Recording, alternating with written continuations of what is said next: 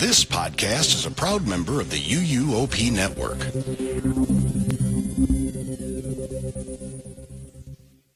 Are you ready to go the distance with Tricia's Disney pick? Or will Melinda deliver a Jurassic-sized knockout punch with her universal choice on this episode of Theme Park Throwdown?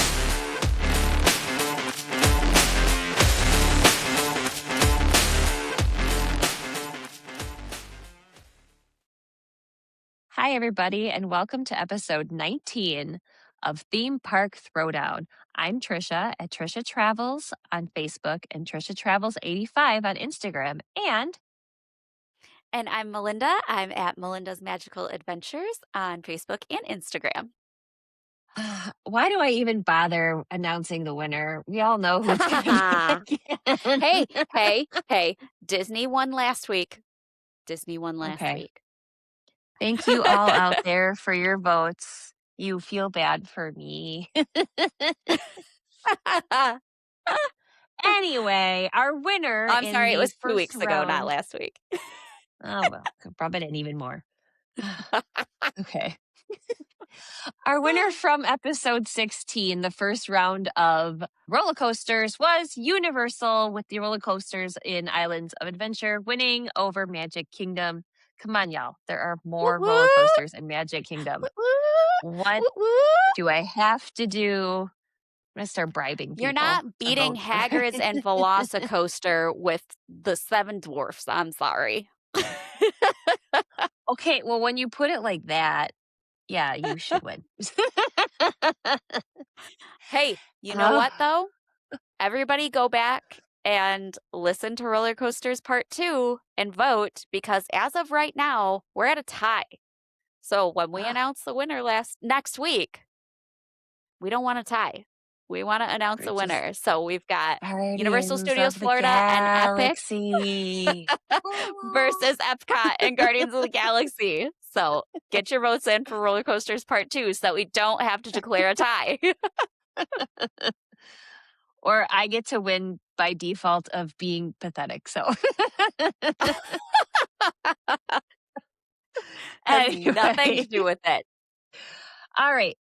So just a little bit of news here. I want to remind everybody that June 9th, so when this posts, it will be June 9th. Today, You will no longer need to wait until 11 a.m. to park hop at Disneyland between Disneyland and DCA.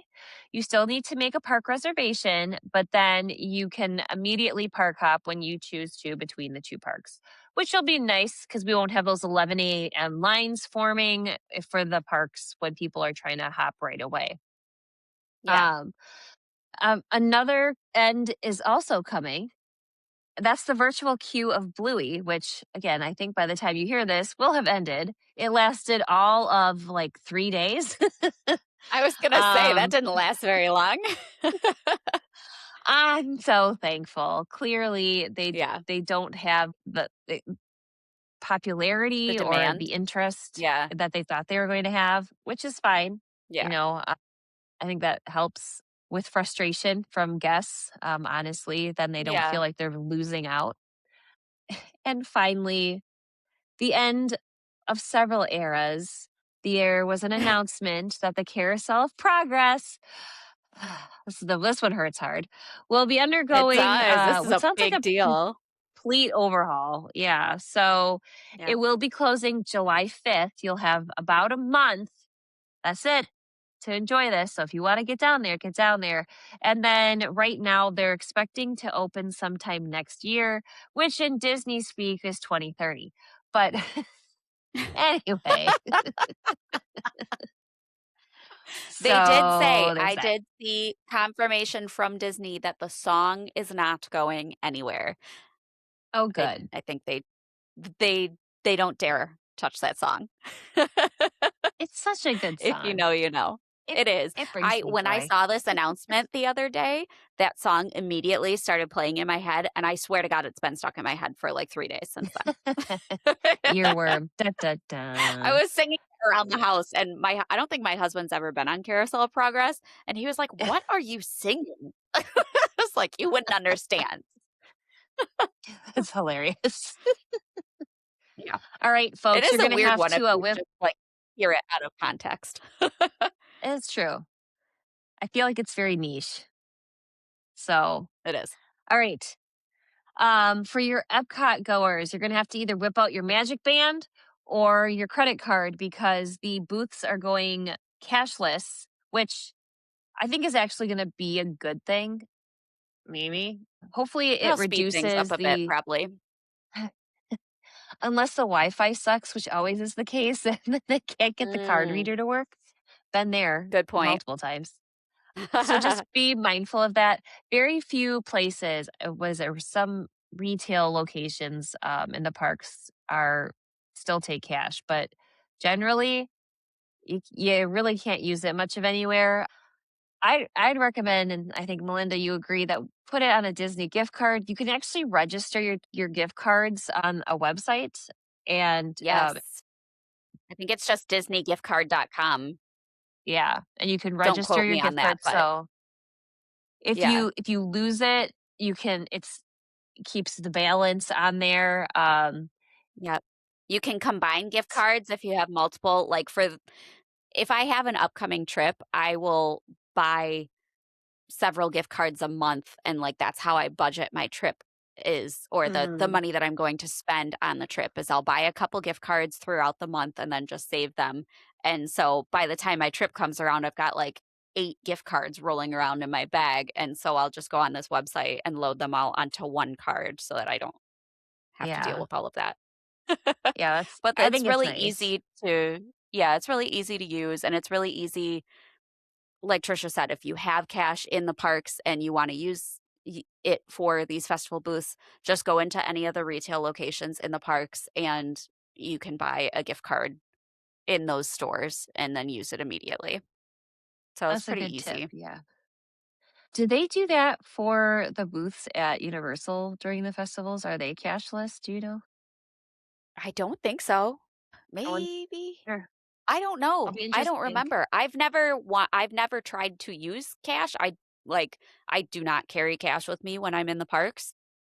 So I actually don't know if they are or not. That's a good question. We'll have to figure that out. We'll we'll explore during HHN when we're buying whatever bloody skull thing is on sale. Uh-huh. We're going to talk about that later. Lastly, there are some refurbishments starting at Art of Animation. The Just keep in mind that This they're is not just gonna exciting. close. Yeah, I believe they're focused on the Little Mermaid rooms, right now Mhm. is what they were talking about. It's gonna be more, like, subtly themed, like, some different, like, headboards and stuff that look like shells and things like that. I just remember too that, like, they're not just gonna shut down a resort or, like, a huge area. What they'll do is they'll block off a section of rooms. I have a feeling with Art of Animation, it's probably gonna be like a wing. When Yeah. we stayed at French Quarter, those buildings are much smaller, so they would do, like, one building at a time. Yes, Yeah. there is construction noise during the day. No, you will not have your sleep interrupted, and honestly, they must have soundproof hammers or something because it's generally much quieter than other, like, construction sites. Yeah. Um, so they're I've had very that experience at mindful. Universal as well, Yeah. So don't let that dissuade you if that's a resort you're interested in staying in. for sure. They make sure to keep all the chaos to a minimum. Yeah. All right, Melinda, you So got way more fun stuff. yes, we have a couple of interesting announcements this week from Universal. The first being that they finally announced that Universal Kid Resort in Frisco, Texas, the resort and the hotel, is opening on July 1st. Reservations are now available. Aptly named, it is going to be a resort mainly for younger kids. They have a couple rides that are going to have no height requirement. I believe that the tallest height requirement is 40 inches.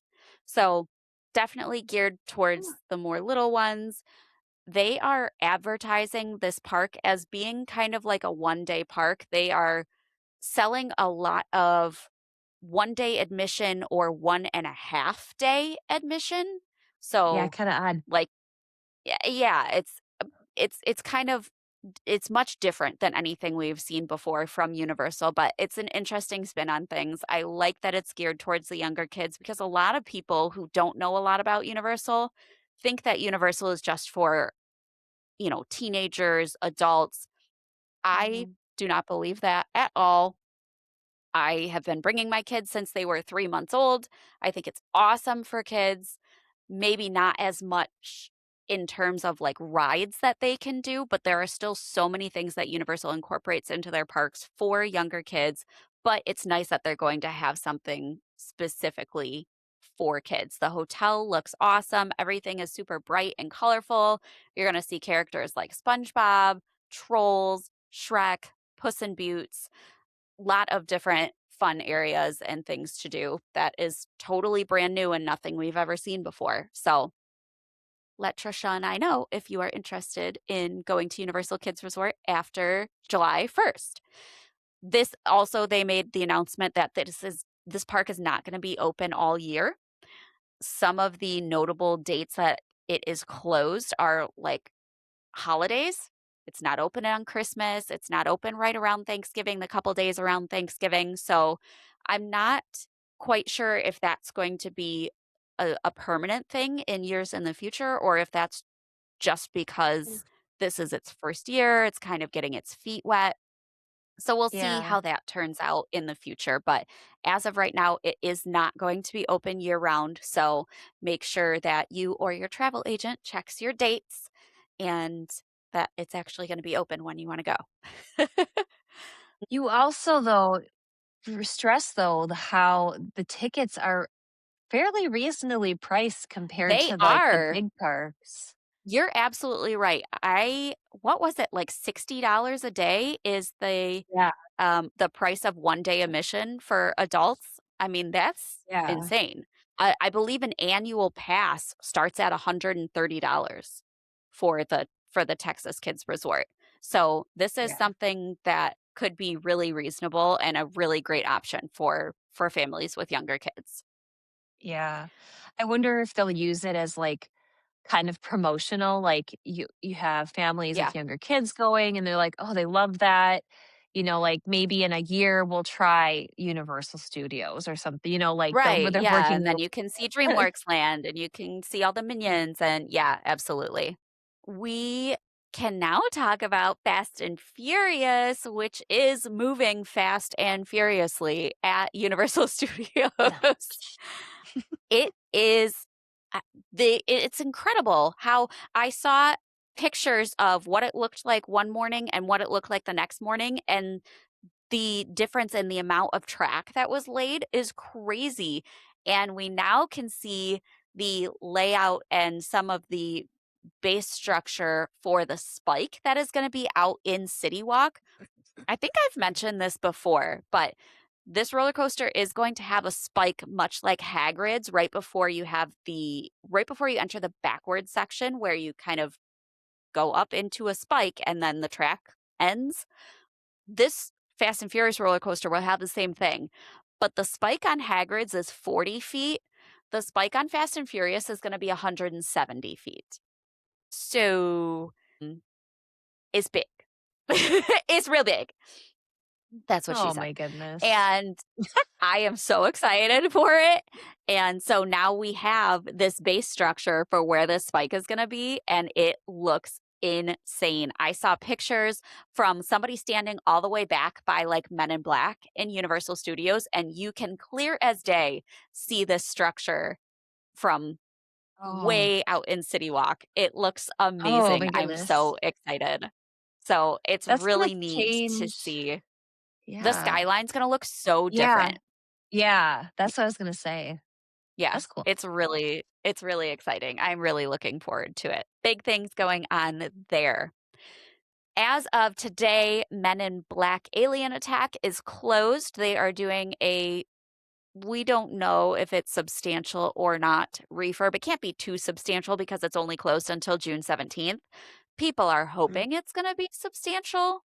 People are like, oh, they're replacing all the guns or they're completely replacing the track. That's not happening.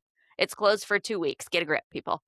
But hopefully we're going to see some improvements with targeting systems and maybe weaponry. We'll see. But that is closed until June 17th. We also, in new news, have had some new permits filed for a new ride in Dark Universe. Yay! Is this going to be the heavily rumored Creature from the Black Lagoon boat ride? Maybe. I would love to see that. I absolutely love that movie, as corny as it is. So I think that would be super, super fun. And I would love to see Creature get his flowers. But something is coming. We have no idea what. And knowing Universal, we won't know what for years. But something's coming. So I think that's all we've got from Universal News. But big stuff. It is big stuff. I'm loving it. And since we're talking about big stuff, we should move on to the main event of our episode. I know it seems early because it's only June. Never too but early. Disney is going to start Halloween parties in 2 months. So we thought we'd get a jump on the Halloween season in case any of you are interested in traveling down there and give you an overview of what Halloween looks like at both Universal and Disney. So I'm going to kick it over to Melinda. I will start. Okay. If you know me, you know I love me some Halloween Horror Nights. I have very quickly become obsessed. It is now my entire personality. I think about it every day.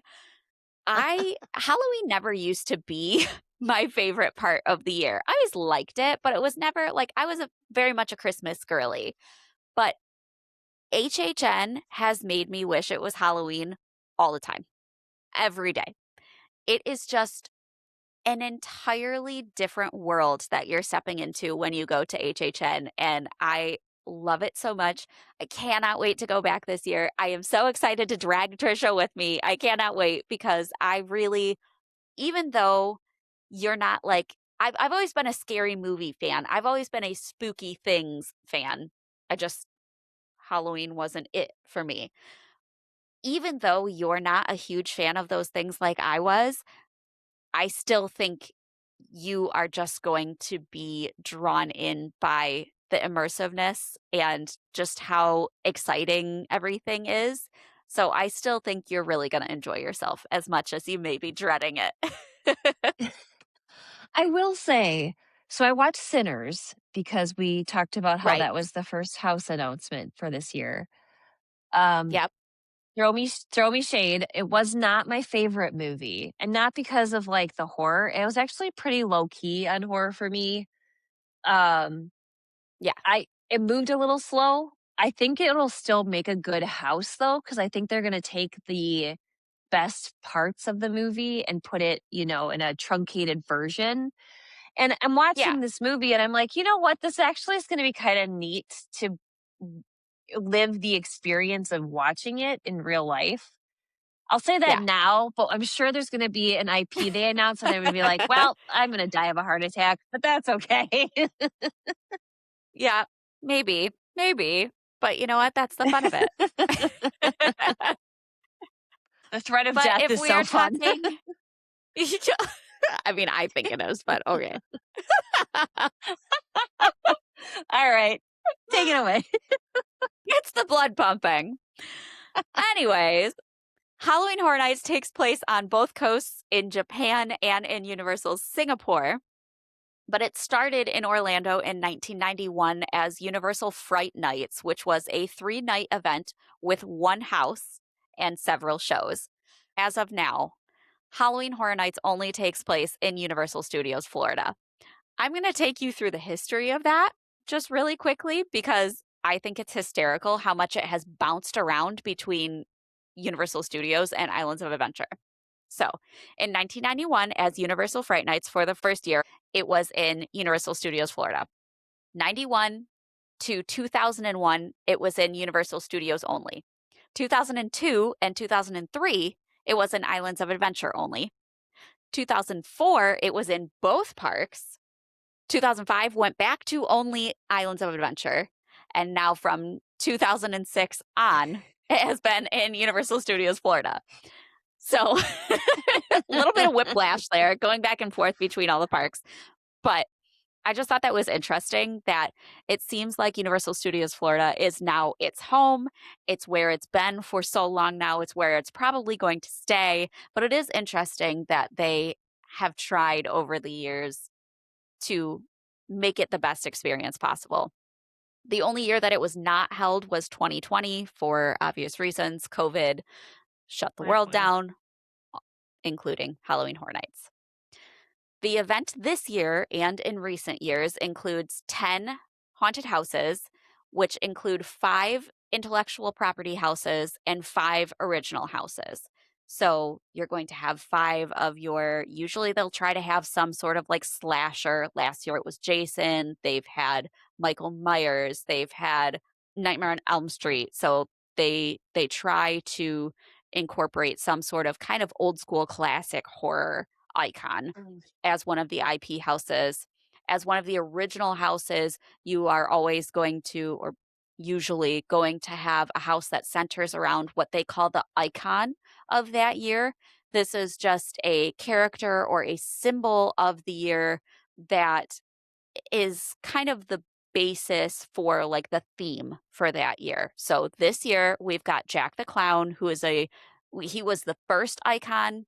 He premiered in, I believe it was 2000 is when Jack premiered. As the first HHN icon. And so he is the original, he is the OG, he is the one that kind of receives the most love. But this year we're also going to see Dr. Oddfellow, who was the icon 2 years ago. And they are kind of going to play off each other with this really intricate backstory that they have. And so one of the original houses, the first house that was announced this year, and the only original that's been announced is Jack and Oddfellow, Chaos and Control. So we're going to see that house centering around those 2 icons and their dynamic. And then, like Tricia said, we've got the Sinners house that's also been announced so far. We have heavy rumors right now of Stranger Things 5. They've done Stranger Things several times in the past, and those houses have always gone off really well. And there are also big rumors this year of a Hellraiser house.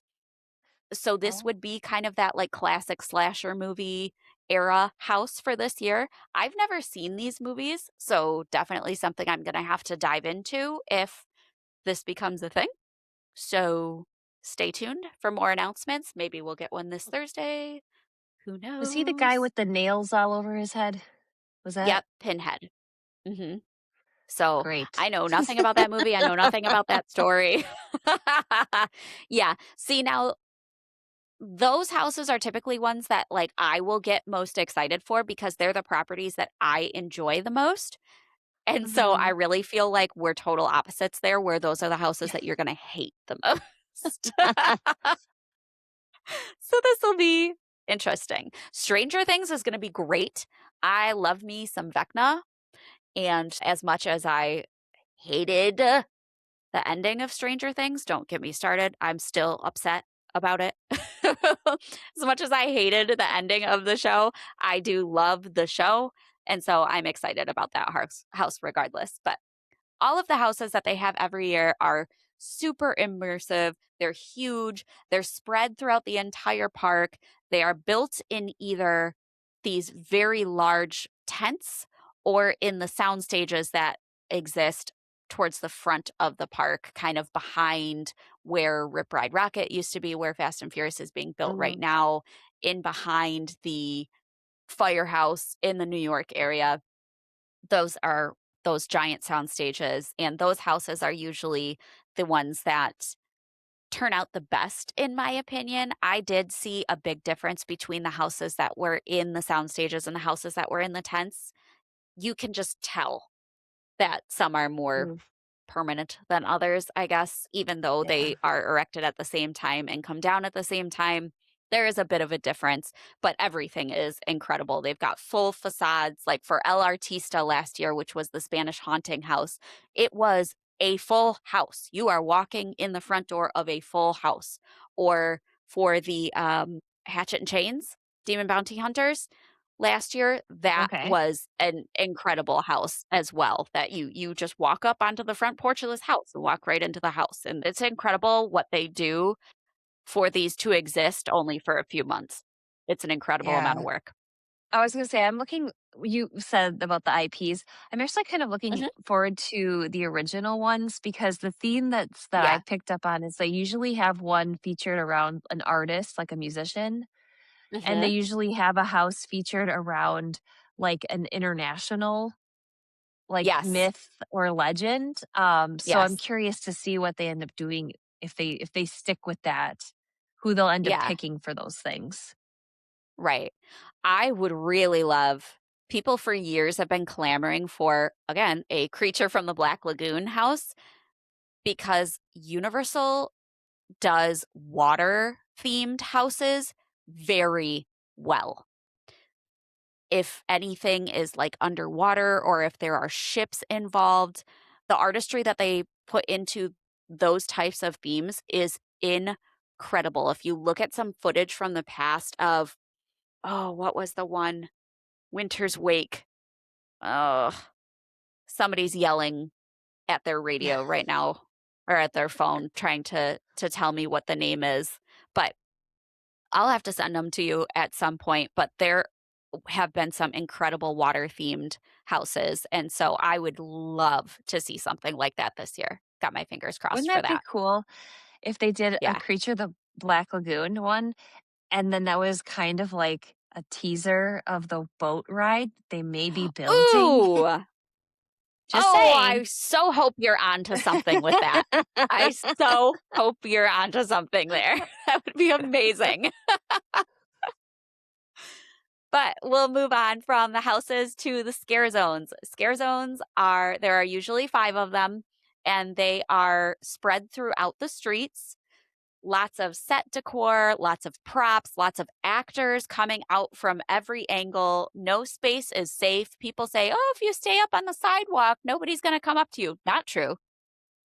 It's less likely that they'll come up to you, but no space is safe when walking through these scare zones. Things start at ground level. You've got stuff laying on the ground, and then go all the way up to stuff hanging from the trees and jumping out at you. It is surrounding every area. A really notable one from last year is the Cat Lady of Crooked Lane, which had a whole stage that this woman came out on. She was an awesome actress that really like pulled you into this story. There, you could walk through her little house and see all of the children and trick-or-treaters that she had turned into cats because she was lonely. They incorporate these really intricate and detailed storylines, and you really do get the story walking through these scare zones. So it's not just walking through an area with a bunch of decorations and scare actors. It really is telling a whole additional story. It's almost like walking through another whole separate house. So again, there are 5 of these areas throughout the park.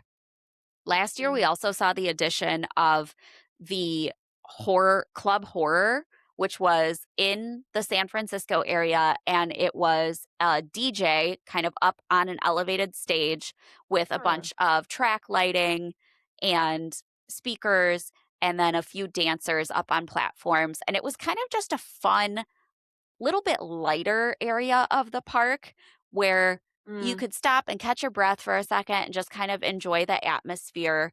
So that was really neat. We'll see. Some people hated it. Some people thought that it took them out of the whole spooky vibe too much. I thought it was okay, I super can see fun. that. They were playing some really great, fun music that I love. Like, I will definitely stop and dance in the street for a few minutes. Sorry, not sorry. So I'm hoping that they bring this back again this year. They also last That's where year I'll be. debuted. Yeah, there you go. You can stay there. We'll just come and get you every couple laps around the park. They also last year debuted the zombies at Mel's Die-In, because during HHN, Mel's Drive-In gets transformed into Mel's Die-In. And Mhm. so the zombies came out on roller skates and had trays of zombie food brains and interacted with guests. And that was kind of a neat feature that was an addition last year. Some years have had roaming characters around the park. We have seen several times the roaming Megan hordes from the Blumhouse movie Megan that kind of sporadically pop up around the park and do choreographed dances and things like that. So they like to throw some fun little elements in as well, just to add some more spookiness to the park. Several rides are always open during HHN. Last year was The Mummy, Gringotts, Men in Black, and Transformers. And so if at any, these are open for usually most of the night. Some of them will be open the whole night, but I know like Gringotts was only open until 11 o'clock or midnight last year.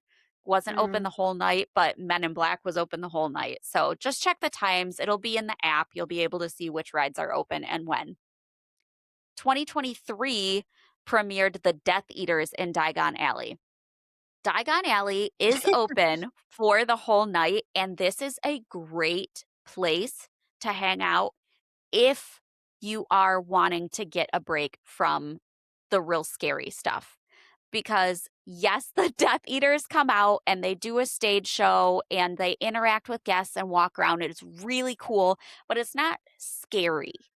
There's nothing jumping out at you. You're not looking around every corner for something that's going to try to attack you. But it is fun. It is very entertaining. They're always doing something different. And Diagon Alley is very quiet during HHN because the rest of the park is so loud and overstimulating. And so this is a nice area to go and hide out if you need some time, if you're a little worked up. So, pro tip, I'm probably going to have to drag Tricia out of there by her hair. But I will be spending some time in Diagon Alley on the nights that we're there for HHN, just because I do love the atmosphere there as well. And the Death Eaters are really cool. Moving on to shows, there are always going to be several shows going on. From 1992 until 2017, it was Bill and Ted's Excellent Halloween Adventure. This was kind of like a pop culture comedy parody show that people absolutely loved. I know very little about it. I never went to HHN when I was that young, and I've never seen any of the Bill and Ted movies either, so I know almost nothing. I'm sorry. Maybe I need to. Maybe I need to. Sprinkle that in between your Hellraiser movies. I guess. But that was a show that ran until 2017 and was an absolute favorite of so many people. People have been asking for years for them to bring it back. Will that happen this year? Maybe, maybe not. We'll see. After Bill and Ted's ended in 2017, they debuted the Academy of Villains, which then ran until 2019.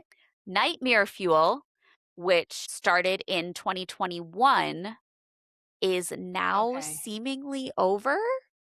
It's been a different iteration every year since 2021, but it has been Nightmare Fuel, which are the Fuel Girls. If you guys don't know, they are these incredible performers, dancers. They do pyrotechnic tricks. They're acrobats. They are contortionists. They're absolutely incredible. It is so entertaining. When I was there last year, I just was so focused on going to the houses that I told my friends that I was with that like I could skip the Nightmare Fuel show.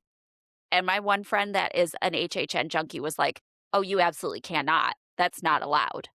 And I was like, "You got to wait in this super long line. And like, how good can it really be? Like, I don't want to waste that time. It takes like an hour. I don't want to waste that time sitting and watching a show." No. This thing was incredible. It was probably some of the most fun I had that night. It blew my mind. And I don't know why I underestimated it so much. I was a dancer for 16 years. I know how tough that is and how, like, it just heals my soul. I love dancing. I love choreography, and to see something put together so well, and the talent of these Fuel Girls is just incredible. And so I was really, really looking forward to seeing it again this year. However, the Nightmare Fuel Girls have announced on their Instagram that they are going on a tour in the UK and the US during the dates that HHN is going on. And we had already kind of heard some rumblings that Nightmare Fuel was not going to come back this year, but this is pretty much confirmation that the main show is going to be different this year. We have no idea what it's going to be yet. Like I said, people are clamoring for Bill and Ted's to come back. Maybe that'll get its resurgence, maybe not. Maybe it'll be something totally new and original, but it seems like it's not going to be the Nightmare Fuel. And I'm very sad, but I'm also very grateful that I got to see it before it ended. So we'll see what happens there. They also sometimes will have a lagoon show. Last year, we did see a return of a lagoon show. It was called Ghoulish. It was just like a 10-minute long, like typical lagoon show from Universal Studios Florida, just set to some spooky music. It was interesting. It was fun. I love a nighttime lagoon show. They're some of my favorite things at Universal Studios.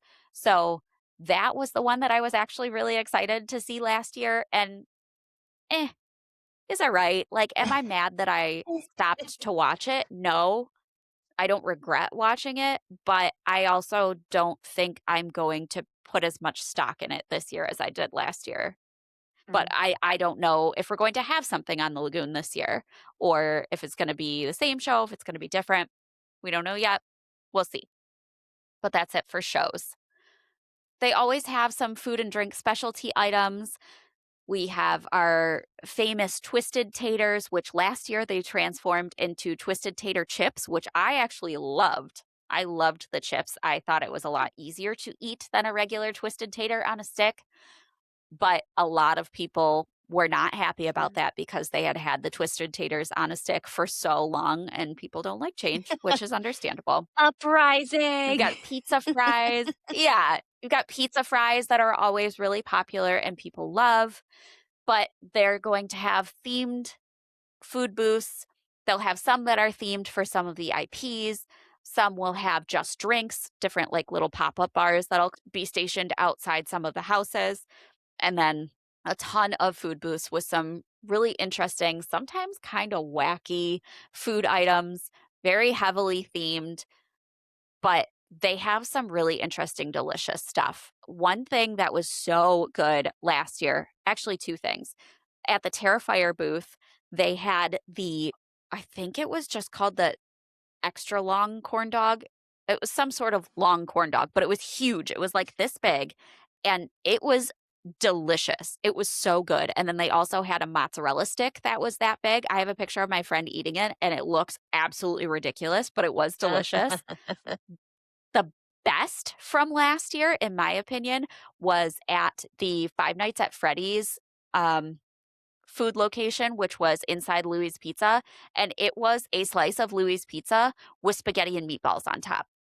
And it sounds weird and not so great, but it was delicious. It was so good. Don't knock the food until you've tried it. And even if it seems kind of weird and wacky, give it a try. So we'll start to see some menus and items, some information about those coming out as they start making more announcements about the houses and scare zones. Just some general information about the event itself and the tickets. The Halloween Horror Nights event for 2026 starts on August 28th and runs select nights through November 1st. This is going to run on Wednesday, Thursday, Friday, Saturday, and Sunday from 6:30 p.m. until 2 a.m. You're going to have quite a few different ticket types for this event. So I'm just going to give a real cursory glance at all of them. And if you need any more information, let me know and I will be happy to share all my HHN knowledge. But you've got single night tickets. You have single night express tickets. You have RIP tours, which are their VIP tours. You can do non-private or private tours. You have a Scream Early ticket, which will get you into the park this year at 2 p.m. and will give you early access to houses, lines, food booths, things like that. That does not mean that the houses are going to open at 2 p.m., but you can at least get into the park at that time without having a separate park admission. You're also going to have 2 premium Scream nights this year. Premium Scream is a special event night which has very limited capacity, and your ticket to Premium Scream includes all of your food, all of the houses. They're going to pulse you through the houses, which means that you go through in smaller groups. You're not in the giant conga lines like you are on regular HHN nights. So definitely a prime event. This is going to be the 3rd year for Premium Scream Nights. The first year went off really, really well. Everybody that went said it was incredible, said it was the best night of their lives. And then the second year, they kind of messed it up a little bit. They let way too many people in, which completely negates the whole purpose of the night. And so I think they've learned their lesson. Hopefully it's going to be a lot more like that first year again. And I think especially with the addition of a second Premium Scream night, I think that they're going to get it right this year. So keep your fingers crossed for that. If you want multi-night tickets to this event, if this is something that you're going to want to go to relatively often, if you're a local, you've got Rush of Fear tickets, which will be the first 15 to 20 nights of the event. Frequent Fear tickets, which will allow you in Sundays through Thursdays, so just not Fridays and Saturdays, and the first weekend of the event. Frequent Fear Plus, which is Sunday through Friday, and then a few Saturdays sprinkled in there. Ultimate Frequent Fear, which is all event nights. And then Express can be added to any of these packages. Express for HHN is different than Express for the park. If you have an Express Pass for the rides at Universal Studios Florida and Islands of Adventure or Epic Universe, those Express Passes are not going to work on the houses at Halloween Horror Nights. You have to have the Halloween Horror Nights Express Passes. So that is a common mistake that a lot of people make. Please make sure you're not doing that because you're going to be very sad when then you have to stand in a 2-hour-long line for a house. And you can't go on very many rides because not many of them are open. You've also got a Behind the Screams Unmasking the Horror tour. You've got a 3-house tour or a 6-house tour. And these are tours that are done during the day with all of the lights on in the houses. So if maybe you're somebody that's a little bit more scared and wants to see what is coming before you go into the houses during an event night, or if you're somebody who likes to see all the kind of behind the scenes information, how everything happens, all the insider info, you can have some really cool experiences and get some really cool knowledge from those Behind the Screams tours. If you have a day ticket for the parks, if you either have just like a 1-day ticket, a 2-day ticket, if you have an annual pass, you don't have to leave the park between when the park closes and when HHN opens. You can stay in the park. Last year, they implemented a wristband system where before the park closes, because typically the park will close at 5 o'clock on days where an HHN is happening that night. So before 5 o'clock, you can go to one of these select locations, get a wristband, and then you're allowed to stay in the park between that 5 o'clock and 6:30 when the event starts. You can try some of the food, you can ride some of the rides that are open, and you can get in line early for some of the houses and get early access to some of the houses. Couple That's a good little deal. general tips to wrap this up. It's the way to do it, to be honest. So either have a day ticket or buy that Scream Early ticket, which gets you into the park early. And the Scream Early tickets are really reasonable too. I think they're only like $55 Yeah. to get you in for that early Does that work time. with an annual pass too then? If you have an annual pass, can you get in and stay in Yep. early? Yep. Okay. Any kind of day ticket will get you in between that 5 o'clock and 6:30 time frame. Last little tips just that I wanted to add in from my personal experience. Be prepared to walk. You think you walk a lot on a regular park day, you ain't seen nothing yet. These soundstage tents that these houses are in are built way back behind, like behind Men in Black, behind E.T., behind Simpsons. So imagine walking around the regular Universal Studios Florida park and then like double it because it's such a large area and these houses are so spread out. You are going to walk a ton. So be prepared for that. Please wear comfortable shoes. Usually it rains. Bring ponchos, bring umbrellas, take breaks. It is okay. You do not have to push through and kill yourself because then you're not going to enjoy it. So just keep a steady pace, but be mindful of how much activity you're actually doing and how much you're walking. When you are planning to go, a lot of people will plan out the route of the houses or their like itinerary of houses that they want to hit according to like, oh, I want this one's my favorite, so I want to see this one first, and this one's my second favorite, so I want to see this one next. Not going to work. You need to plan your route according to location and layout of where the houses and scare zones are in the park. Please do that. Because if not, you're going to be walking from one end of the park to the other, and you're not going to be able to see everything because you're going to waste so much time just walking from one to the other. So look at a map beforehand and plan your route accordingly. Like I said before, if you want to take a break in Diagon Alley, that's a great quiet place to sit.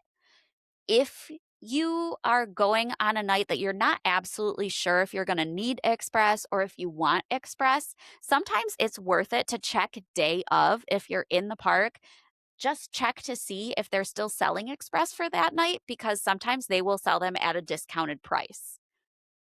Lastly, and this is a bit controversial, there is no official age minimum to getting into HHN. They will let babies into HHN. I so badly wish they wouldn't, but obviously I have no say there. Please be a responsible parent. I saw something last year that made me so absolutely furious, I almost lost it. I saw Art the Clown, the Terrifier himself, comforting a 3-year-old child in a stroller because she was so terrified. And it made my blood boil. What? Just please be a responsible parent. If your child is not emotionally mature enough for this event, please don't bring them. And that includes like crazy teenagers. Because again, I said emotional maturity. True. And mental maturity. Age has nothing to do with it. So True. be mindful of that. Be respectful of that. People are going to they want to have a good time.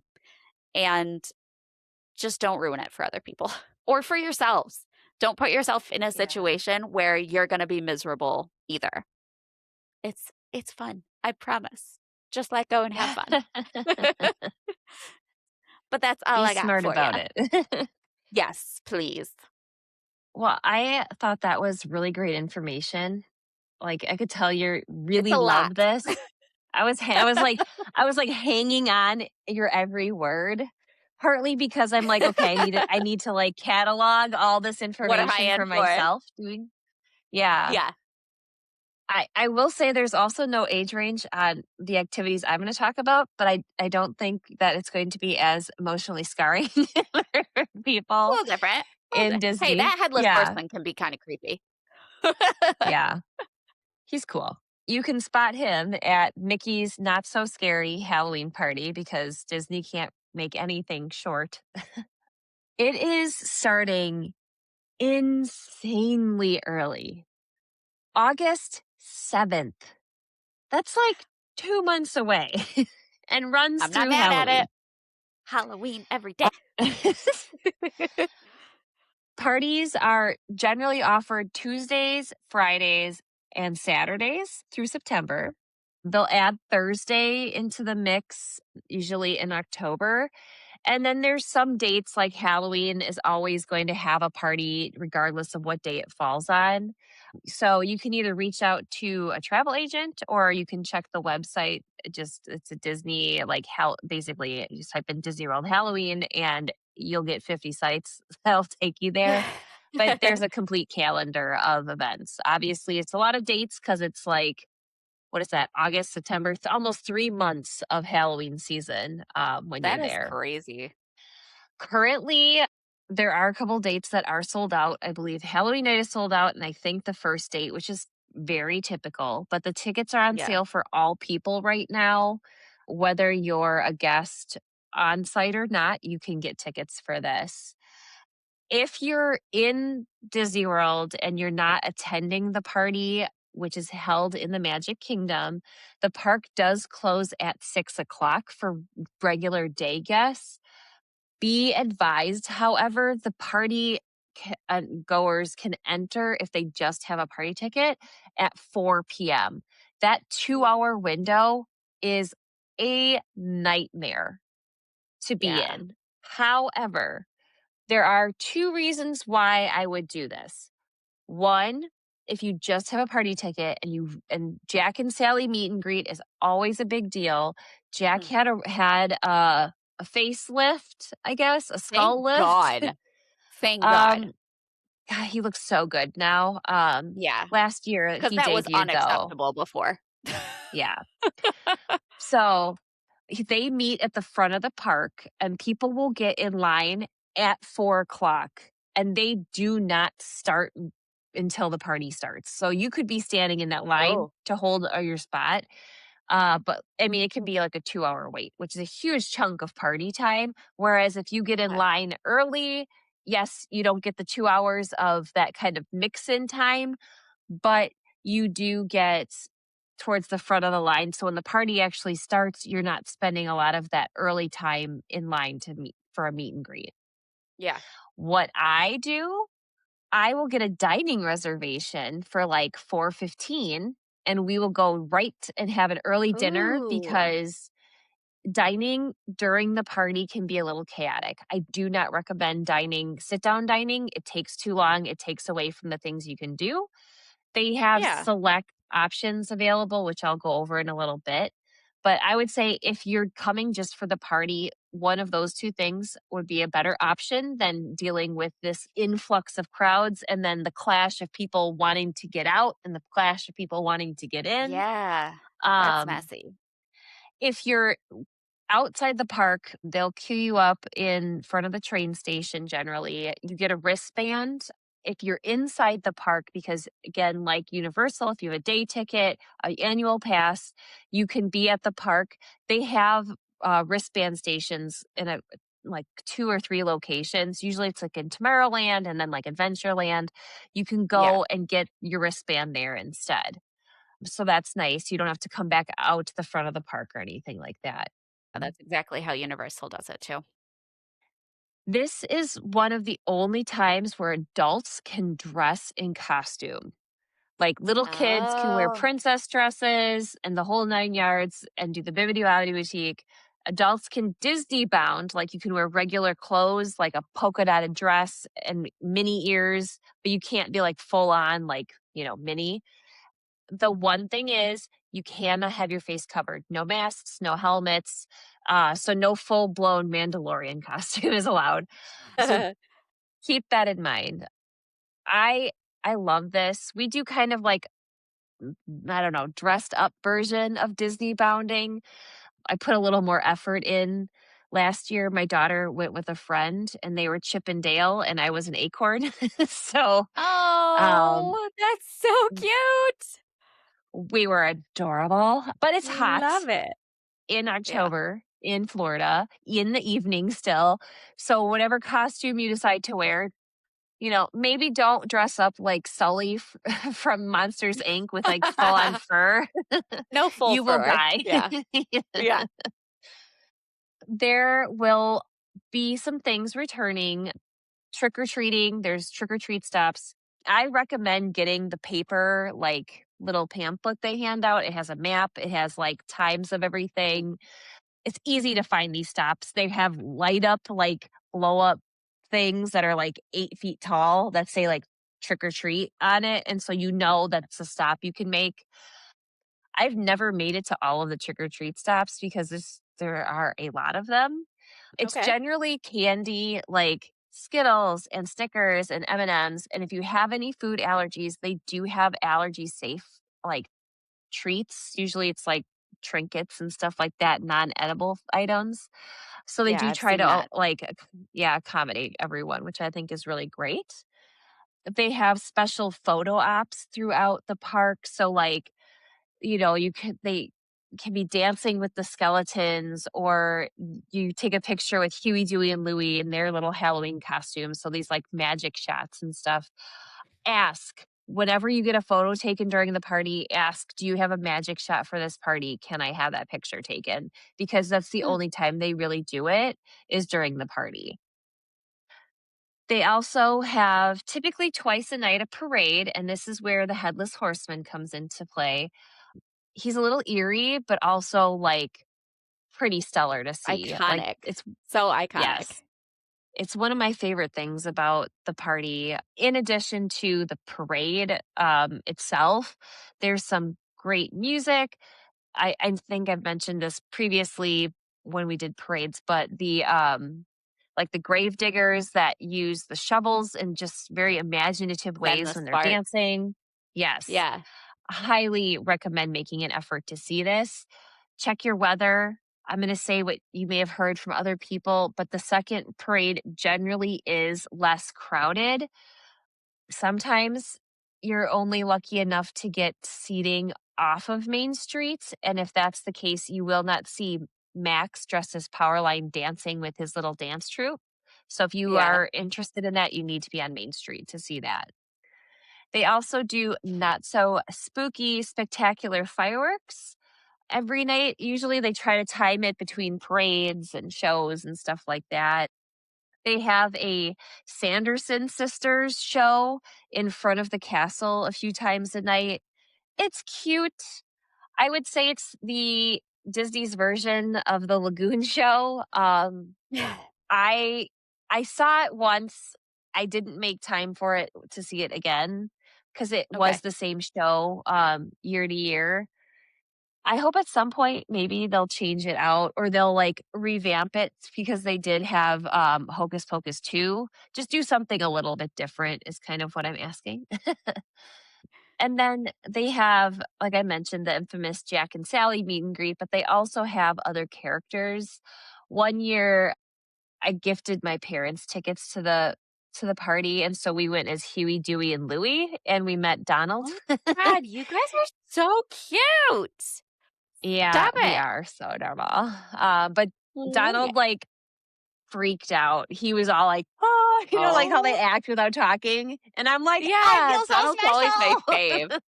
special." Aw, that's awesome. So, yeah, have fun with it because when you dress up, people interact more with you if that's I mean, and not like in a I'm an Absolutely. introvert, nobody talk to me, but like they're helping me have even more fun. Like it's like the epitome of I get to be a kid. I get to go trick or Yeah. treating. I get to wear a costume.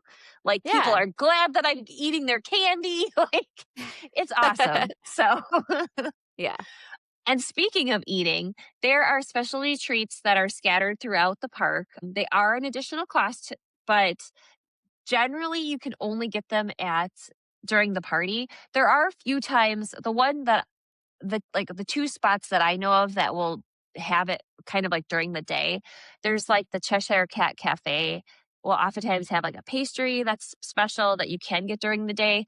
And then towards the back of the park in the Sleepy Hollow, like waffle cart, sometimes they'll Yeah. have like an item too. But otherwise, those Okay. items will also be available during the party. I enjoy going to Cosmic Rays. It does get very crowded though, so just be aware of that.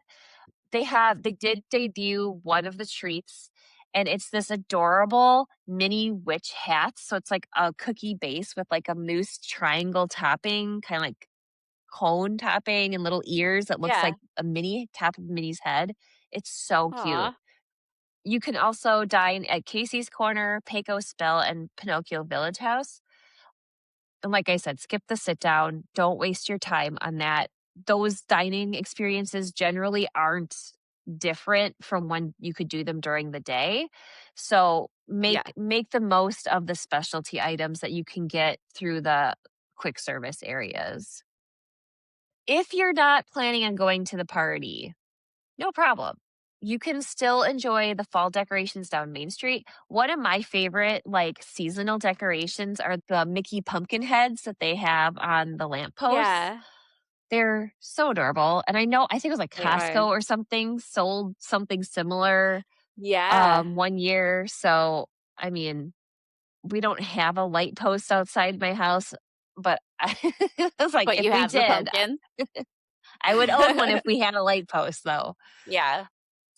So some things too, like if you are in Disney Springs, they have a photo pass studio. It's kind of tucked back past World of Disney by like Once Upon a Toy-ish area. They have a free photo shoot. Now, if you have PhotoPass or Memory Maker, you will get the pictures without the watermark. You can have the photo shoot taken though, and if you don't have Memory Maker and you want a picture, you can pay for those. But Right. honestly, depending on how many pictures you want, it could end up being more than just buying the Memory Maker for the day. So keep that in mind. Last year when we did it, they gave it was I think it was like the Headless Horseman, like Ichabod Crane, Sleepy Hollow. They gave us like a lantern and there's like a backdrop and just like a whole Oh, thing. It that's was fun. cool. They Yeah. really get into it, but it's indoors, it's a studio, so like if it is raining, you could still go there and have a little bit of Halloween fun. Jack Lindsay's a hanger bar, which is tied to the Indiana Jones movie franchise, has seasonal decorations and seasonal drinks and some specialty food items that you can get there. So that's a fun place to check out during the Halloween season, also in Disney Springs. And if you have younger ones and you think maybe staying up till like past midnight is difficult for them, in Hollywood Studios at the Hollywood Vine, you can have a character meal with Minnie and friends, and they're dressed up in costumes. Like Minnie might be dressed as a Aw. witch and things like that. So it's kind of a fun way to have Halloween light Yeah. if you're looking for that. The other thing I just want to point out that's offered during this time is that Epcot is doing their food and wine festival, which isn't exactly Halloween themed, but it's kind of like harvesty. Generally, it'll be like heavier items, which honestly in October you still don't want to eat Yeah. because it's hot. But It's if still hot. you're Yeah. if you think you're too cool for the party and dressing up in costume, you can head over to Epcot during that and do Pluto's Pumpkin Pursuit. So you can get this like search and find thing with stickers, and then you walk around Epcot looking for decorated pumpkins that are shaped like characters. And if you Oh, find all the characters, you can return it to one of several like retail locations for a special prize. We got a okay. little pumpkin sipper that had ears one year that we did it. So it's cute. Cute. It's a cheap and relatively small souvenir. So if you don't have a lot of space in your luggage, but you want to do something Halloweeny, that's a good option. Yeah. I just want to make note of one thing because it is a huge deal out on the West Coast is Oogie Boogie's Bash. Rumor has it, so the tickets for pass holders are going on sale like the 16th and 17th, like right around that time of June. And the thought is the day after, because historically that's how it's been. Like the 17th, 18th is when general tickets will go on sale. These Okay. tickets will sell out super fast. Yeah. One, there's a lot fewer parties. It's generally Tuesdays, Thursdays, and Sundays running August 18th through the 31st. So it is a bit of a shorter window. There's fewer days during the week that it's offered. But the one thing that makes me super jealous is they do a Nightmare Before Christmas overlay on the Haunted Mansion. I know. I have always wanted to see that so bad. Yeah, someday I'll get out there for that. Yeah. So those are just some of the highlights. I would say if you're down there for Halloween, don't miss out on like the regular Haunted Mansion. Make sure Yeah. if you can tolerate Tower of Terror, get over there. Make sure you do those things that are spooky all year round. Like I said, Halloween all day, every day. Let's just do it. Be Christmas all day, every day for me. Oh, God. Sorry. I love Christmas, but that's a lot. One day, on some episode, we'll talk about holidays in the park, and you guys will get to see how unexcited I get about holidays in the parks. Little preview And for you for whenever we do that episode. meanwhile, I'll spend 30 minutes talking about the Star Wars Holiday Life Day. Like, it's not even real, but to me it is. Yes, for sure. Oh my goodness. Anyways, that's it. That's Halloween. That wraps it up, kind of like a mummy. It does. Oh my God. Who's going to HHN? Who's going to Mickey's Not So Scary? Let us know. Let us know when you're going, because maybe our trips will overlap. Tricia will definitely be there with me this September. Not going to tell you exactly when, but this September-ish. Yeah. So maybe we'll see some of you there. Yeah. It'll be great. Have a good prep to Halloween, guys, and let us know, your thoughts. Thanks, guys. Have a good night. Thanks for tuning in to this week's battle. Now it's time to let us know what you think. Vote in our Who Won weekly poll on Instagram and Facebook. You can find us at Theme Park Throwdown everywhere. You can also watch video recordings of all of our episodes on our YouTube channel. Just search Theme Park Throwdown. If you're planning your next vacation, we're here to help. Go to portkeyvacations.com and fill out a quote request form, and be sure to request either Melinda or Tricia to be your advisor. Finally, make sure you check out our family of podcasts on the UUOP network. The Unofficial Universal Orlando podcast, the Taste of Universal podcast, the Unofficial Universal Great Britain podcast, the Portkey Passport, a Disney podcast for adults, the Theme Park Duo for your West Coast parks, Rush of Fear, a Halloween Horror Nights podcast, and Big Dumb Stuff for all your pop culture comedy. You can also check out our network partner, The Fudge Factor, on YouTube for all their park vlogs. That's it for this throwdown, guys. We'll see you next week in the ring.